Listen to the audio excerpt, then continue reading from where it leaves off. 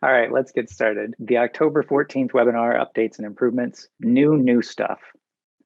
So we do have a few updated YouTube videos. They are on the studio list and the update list, and it's the new updates for how to create a project and what the sensitivity settings and project settings mean. And then another one talking about the updated annotation list. So those are up on YouTube. This has been the 3 busiest weeks since I've been with the company. So everyone, thank you for your support and patience. Just the way the development schedule happened, along with marketing and everything else, it all happened at the same time. So if you feel any workflow ripples, something that doesn't work now that worked before, please let us know. We had one where we added a bunch of new custom hashtags, and that interrupted people's workflow, what they used to use for hotkeys. So 3 people let us know right away, and we fixed that. And let's see, did you want to show the OCR thing? I can show that new when we get to my part of it. But that's new, and then we're kicking David out. So do you want to show now? Sure. Yeah, I can show that quickly. So very simply, if you just give me host back for a second, just make sure I'm sharing the right one. So this is what it looks like. You'll see a book processing warning. Hopefully you can all see this. It'll say your book contains a lot of unsupported characters. Some characters might not be properly recognized. So this comes up when you process your script. So if you wait to your script process before putting any audio in, you'll never have that issue where you put in audio and the script hasn't processed properly and it comes out as just gobbledygook because there's some unsupported font or something like that in there that doesn't work. So if you just wait for your script to process before putting in audio and this warning comes up, it'll stop that issue where people are not getting a warning that the script didn't process because of an issue with the PDF script. And that was one of our last big deal things that kept happening. So that's a really nice warning system for everybody. I'll let you go back to sharing. I'll make you host again. There we go. Okay. All right. And I will go back to sharing.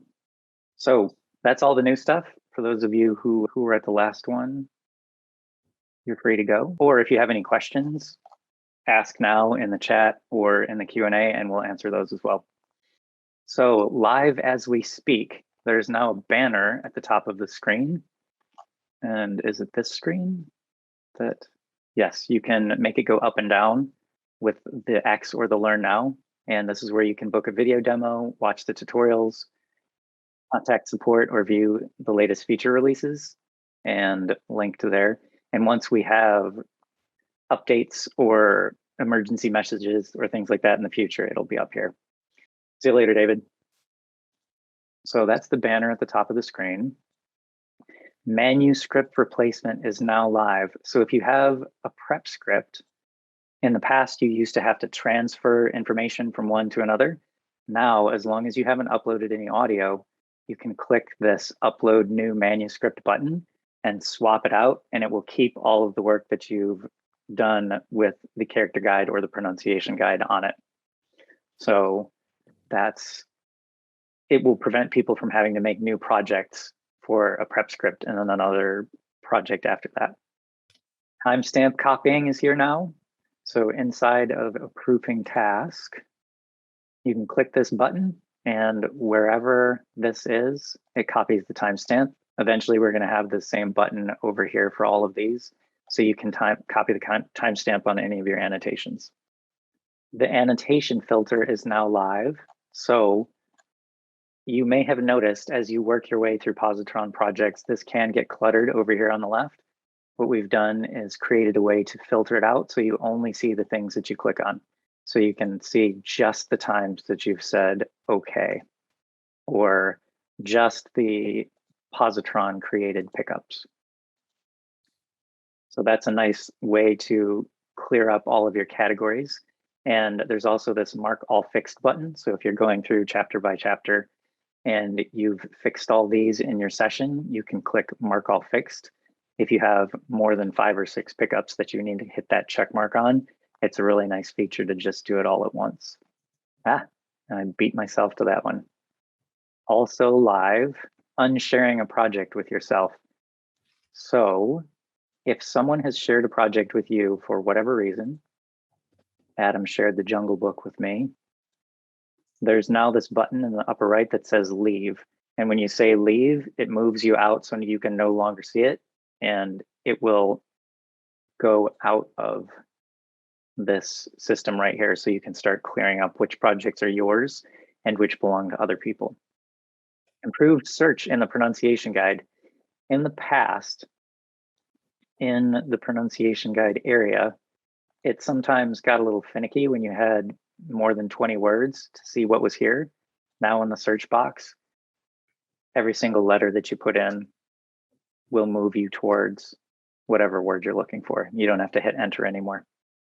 And now everyone has access to the list view. So from this main page, there's these two icons in the upper right, the icon view and the list view, and everyone has access to this list view. And inside, when you click the gear, you can say edit project status, and you have access to all of these things for internal reference. There's a place to take notes, a place to gauge how far you are in each of these things, and there's different statuses that you can add. And you can change your customer, your due dates, and things like that. And you can always move back to the icon view depending on which one you like the best. We did adjust some hashtags. Do we have that full list somewhere, Adam? Yep, I can put that on. I'll put a new support article about that. Yep, so we have a bunch more for people to work with. And Adam is going to go over, we already went over the PDF OCR warning.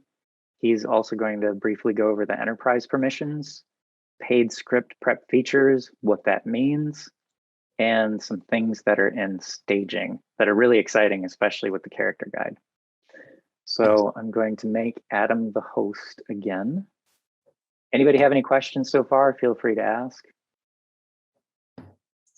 All right, share my screen here. So enterprise permissions. So what this is designed to do is make sure that we eliminate any times when, an entire group, a whole team shares one login to Pozotron because, well, for a number of reasons, security being the major one, that's generally not advisable. So what we've added is permissions management feature, this enterprise account management. So what this does, this allows you to add all of your employees to your team, to your enterprise, and control their access to the project, to all of your projects. So if you've added here, I've added hello@pozotron.com.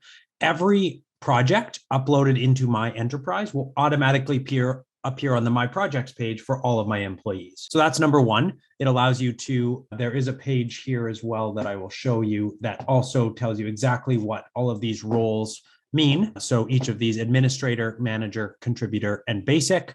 And these are all the things that they have access to when you give those permission. Really, the goal here is, let's say you have an employee who steals from the company and gets fired. You want to be able to remove access to their project really quickly, to all of your projects in case of a disgruntled employee or really anything. Really everything, we're doing everything we can to make sure there's no risk to your IP, which you're putting into Pozotron, because of someone having access to a project that you forgot to remove. The next step of this is what we're calling the permissions audit feature. And because currently the only way to actually remove someone's permission that you've shared on a per project basis is to go into that project, click the share button, and then remove. So what this will do is, first you'll click on this drop down for a list of this will list every single person you've ever shared an individual project with. And for, in this case, proofing@proofers.com, this would show you all the projects that they have access to, the permissions level. So view and edit, view only, research only, whatever. The date it was shared with them, who shared it with them. You can click here to edit their permissions or revoke their permissions. And there will also be a revoke all button as well. So again, if you've had stopped a work relationship with whoever, you can easily, if they've been shared at the project level on an individual basis, you can easily change or revoke their permissions to all of those features. So these features are definitely designed for kind of the larger production houses. But if you're a smaller company and you don't have access to these features, let us know, because we can add them on kind of a pay per additional payment for the feature basis. So just let us know if you do want to talk about this. If you are a publisher and I haven't reached out to you yet, you will be getting an email from me in the very near future with a questionnaire to fill out so we can get this all set up in the back end for you. The next tool to show is, I'm assuming you've all seen this now, but we have launched the paid feature for, We have launched the paid feature for the pronunciation and character voice guides. So let me just go into a new project here. My apologies. It will prompt you here to accept your pricing plan. This is just in staging, so the message will be slightly different in our live environment. But what this means is, basically saying yes means yes, I understand that by clicking yes, or clicking accept pricing plan, I will be charged for this. If you are doing, a bunch of projects a month, because currently this feature is charged based on a per project per feature. So on the same project, if you do our pronunciation guide, our character voice guide, and our scan occurrences tool, it will charge you that price for a pay-as-you-go user, $8.99, for example, for each one of those features. So to use all three, it would be $27 or just $26.93. However, in the event that you do use all three of those on the same project, shoot us an email and we'll give you a coupon for three for the price of two. So we'll give you one of those features free. We are looking to automate that, and we will be changing the pricing plans effective January, but we're really going to take a look at the usage data over the next 3 months and use that information to inform what the long-term plans for that pricing is. Next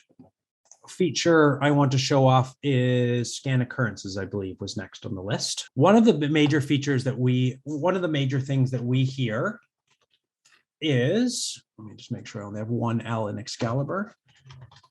The scan occurrences feature is great, but the way it currently works is you can only annotate or create DAW markers for every single mention of that word. So if you've got 200 mentions and you've only mispronounced 3 of them, you have to annotate or create export markers for every single one of those just to catch the 3. So what we did is we've added in, if you click scan, King Arthur.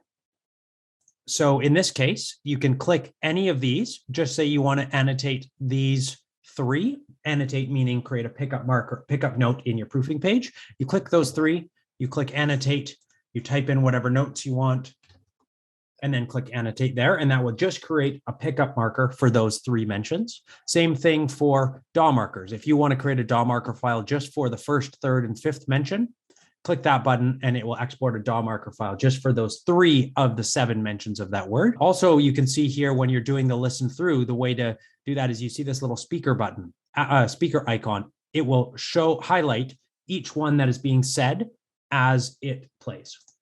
End of chapter 1. Hopefully that my audio is playing correctly this time. So there's that feature there. In the character voice guide is something we're also working on. As you can see, we are building out. One of the biggest pieces of requests we got here was the ability to add bullet points. So in this case, King Arthur, you can add whatever content you want there. I'm not actually typing anything for real, obviously. And you can put in a bullet point just by doing hyphen space and typing it in. We also have built it out so you can have up to 10 bullet points. So I can't show it off here because we're testing the new feature and we haven't finished it yet, but you'll be able to put 10 bullet points and this will be responsive. So this row here for King Arthur, in this case, will be 10 lines long. So much, much easier there. One more thing we've added is the ability to click the onelook.com button here. And this will look up the pronunciation of that name in onelook.com. We chose that because it is the search that will, with one click, show you the most options for phonetic spelling or pronunciation. So as you can see for King here, it shows 55 different search options. For Brune, it shows 8. So use this to find the phonetic pronunciation for your characters. In terms of a few other things that we are working on, we are going to be adding in what we're calling a character description tool in future. And I just need to find that. Right. The way this feature will work, this is going to be the next step of the character voice guide. We are creating an algorithm that will grade every mention of that character's name on 2 separate variables. One being the presence of that character's name linked to a verb denoting speech, linked to an adverb modifying that speech. So in this case, it would show you the top 20 examples here. For example, Sherlock spoke would be graded lower than Sherlock spoke aggressively, or Sherlock spoke in a brogue. So really anything that modifies the more specific, the description of that character's speech, the more likely it is to show up here. And then what you're going to do, you're going to highlight those words and copy and paste them into that character description or the character voice notes. I will also do the same thing for description. So the more descriptive the mention of that character is, the more likely it is to show up. The goal of this is to be able to have narrators or preppers or whoever scan through the prompts in the text to inform their performance without, quite frankly, without having to read the entire book with a highlighter. Once that's done, we're also adding in the ability to add an image. So a lot of users have asked, hey, I'm a very visual person. I actually don't want to put a whole bunch of notes in there. I just need a picture to refer to say, this is how I should perform that character. So that's what think of it as almost like a player card for each of your characters and a way for you to inform your performance. Anything I've missed, Ryan, on the character voice guide? I think that's it for people who haven't heard of any of this stuff. It's probably quite a shift in kind of what we've been working on lately. Absolutely. I have one question from Derek. Could you elaborate on the pricing for the script prep tools? It gives a price per feature per project. What is this? So the way it works, let me pull up the pricing page here, actually. So based on your proofing plan, it will determine what your price is. So if you're a pay-as-you-go user, it will charge you $8.99 per feature per project. So on project The Jungle Book, if you want to do your pronunciation guide in the Jungle Book, that'll cost you $8.99. If you're a pay-as-you-go user, it will cost you another $8.99 for your character voice guide and another $8.99 for exporting the marked up script. We are adding support as well for the character voice guide in that marked up script in the next couple of weeks as well. So this is just our trial pricing basically for the next 3 months. Every single user gets one free feature per month. So you get one project where you use one of these features for free every month. It will show up itemized on your invoices. If you have an issue with your invoicing, please email us to hello@pozotron.com. But that is the way this pricing will work. As you can see, $8.99 for pay-as-you-go users, $7.99 for smart rollover users, $7.39 for narrator plan users, and $6.99 for publisher plan users. If you're someone who does a whole bunch of these in a month, more than 5 or 10 projects a month through these script prep tools, give us an email and we can put together a bulk pricing plan for you. If you're doing a whole bunch of these every month, we're happy to create a custom plan for you. Any other questions? I don't see any. Okay. Kind of dry material this time, and I know we went over a lot, but the developers have been working really hard to get these kinds of things pushed out. So yeah, it's been a busy month, and the more that we interact with you guys and the more that you ask for, the better we can prioritize what people are looking for. So that's something to keep in mind, as we're always open for critique and feedback and suggestions. I think Becky says thank you for coming through. As always, if you have any feedback, complaints, kudos, anything, please email us, because positive or negative make us better. When is the website? Do we have any late October still? Hopefully by Halloween. Okay, so you guys can look forward to a website with a facelift. So that'll be good. And that being our corporate website, not the Pozotron studio. Yeah. Correct. Yep. All right. I think that's it. And the recording for this will be up by Monday at the latest. Thank you, Eileen. And yeah, I think we're good. Thanks, everyone. Cheers, everybody.